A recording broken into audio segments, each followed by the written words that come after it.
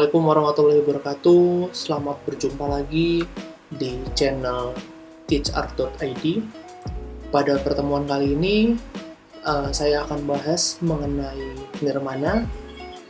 Nirmana ini ada pada pelajaran desain grafis percetakan kelas 11 jurusan multimedia. Biasanya Nirmana ini dipelajari pada jenjang perkuliahan untuk jurusan desain komunikasi visual, lalu ada desain grafis, lalu ada desain produk, desain interior. Nah, setahu saya begitu. Nah, tapi pada kurikulum 2013 revisi ini, Nirmana dimasukkan pada kelas 11. Menurut saya bagus untuk dasar pembelajaran mengenai desain ini. Itu ya. Nah, di desain grafis percetakan, nantinya kalian yang kelas 11 multimedia akan belajar tidak hanya Nirmana aja.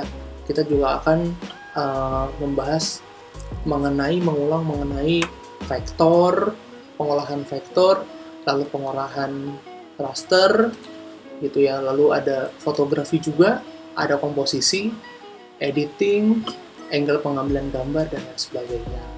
Itu ya. Langsung mulai aja. Kita langsung mulai aja mengenai Nirmana. Oke. Ya, Nirmana. Kalau kamu lihat di sebelah sini, ya. Nah, ini dia salah satu contoh dan bentuk dari Nirmana itu sendiri. Oke, Nirmana itu apa? Nirmana itu pertama kita artikan dulu dari namanya.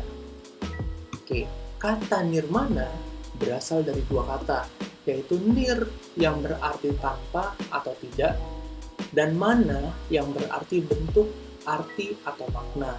Menjadi, Nirmana adalah sesuatu yang awalnya tidak memiliki bentuk atau abstrak, bisa kita bilang seperti itu, atau makna yang dan dapat diolah menjadi karya rupa melalui pengolahan unsur-unsur rupa berdasarkan asas atau prinsipnya.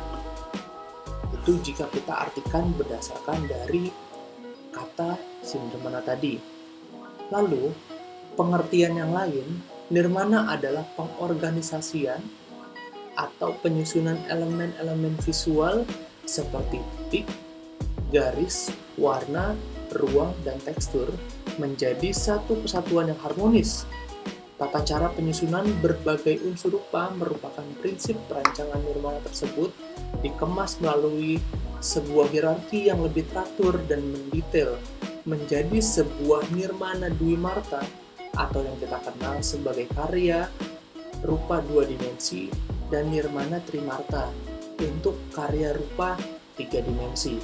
Jadi, Nirmana merupakan sebuah proses menciptakan rupa atau visual. Nah, visual yang sudah kita kenal, kemarin di kelas 10 kita sudah buat sebuah poster, 9 grade Instagram, lalu juga kita sudah buat mengenai logo, itu merupakan sebuah visual. Tapi dasar sebelum visualnya itu terkandung ada di dalam Nirmana.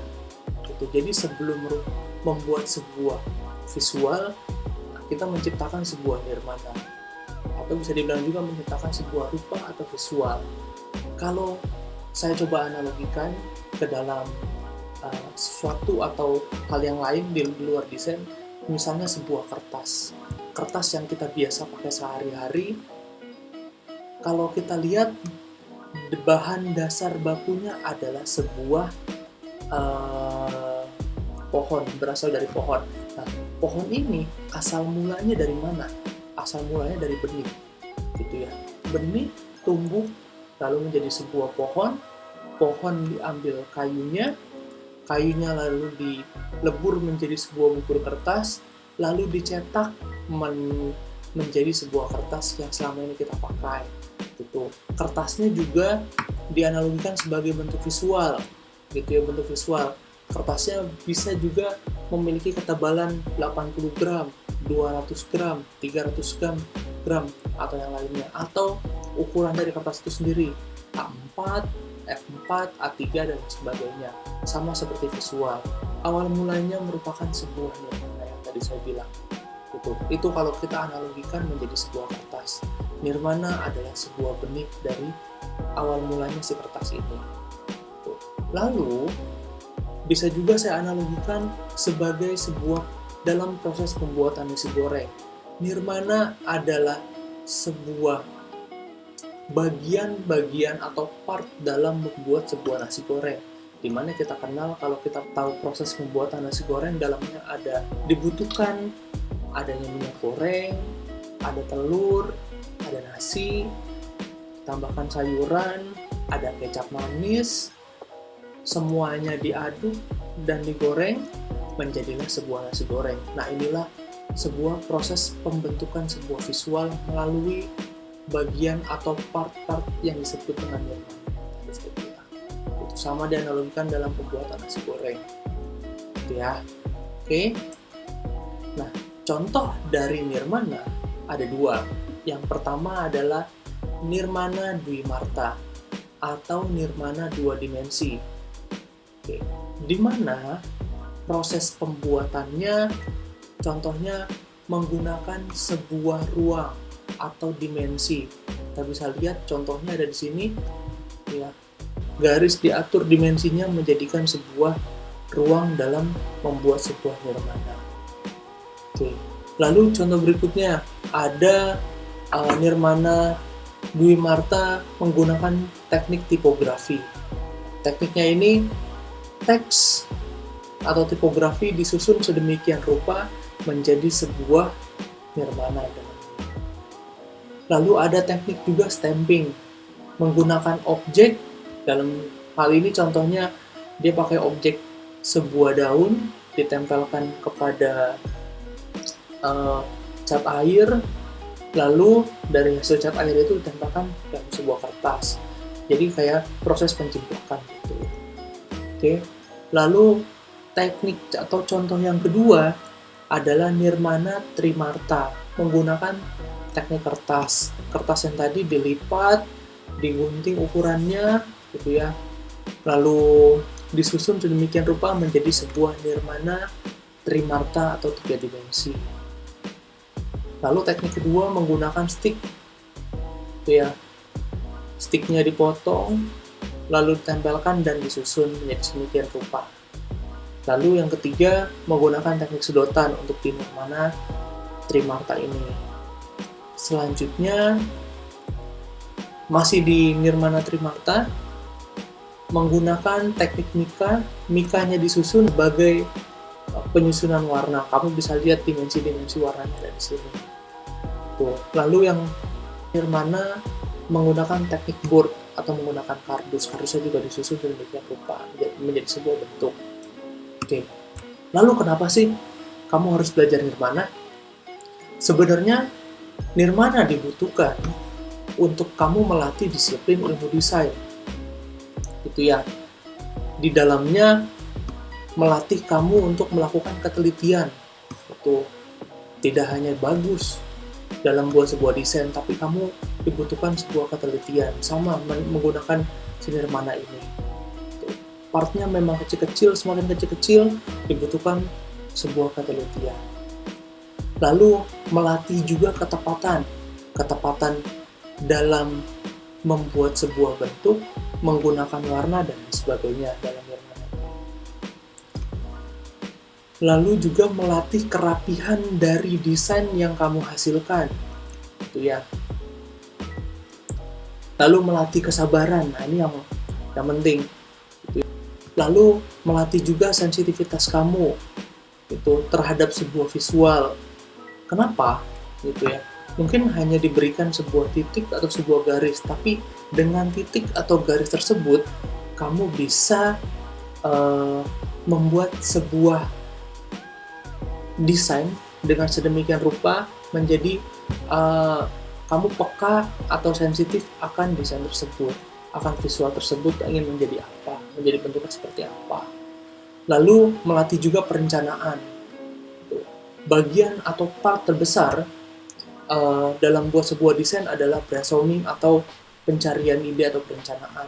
Nah, dengan nirmana ini melatih kamu untuk membuat sebuah perencanaan dari sebuah desain tersebut. Dan selanjutnya, untuk melatih literasi visual yang kamu miliki, gitu ya. Bagaimana melatih bahasa visual? Maksudnya bahasa visual seperti apa? Kalau dia arahnya ke kanan, meaningnya berarti apa? Kalau arahnya ke atas, meaningnya berarti apa? Nah, itu ada bahasa-bahasa visual yang terdapat dalam si Nirmana ini. Lalu melatih juga untuk unsur visual yang kamu miliki, gitu ya. Maksudnya gimana?